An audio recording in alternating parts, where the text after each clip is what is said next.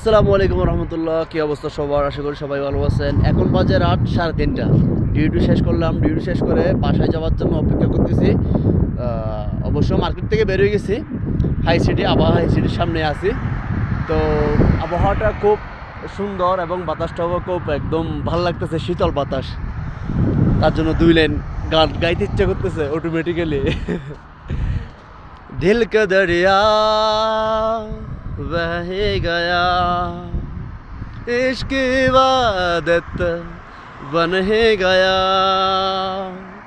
खुद को मुझे तो साफ दे, मेरी ज़रूरत तो बन गया, बात दिल की नज़रों ने की, सच कह रहा तेरी कसम,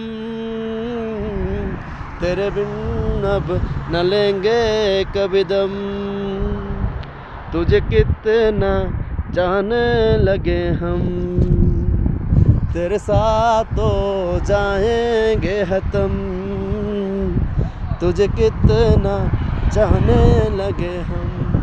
चले আসছে গাড়ি।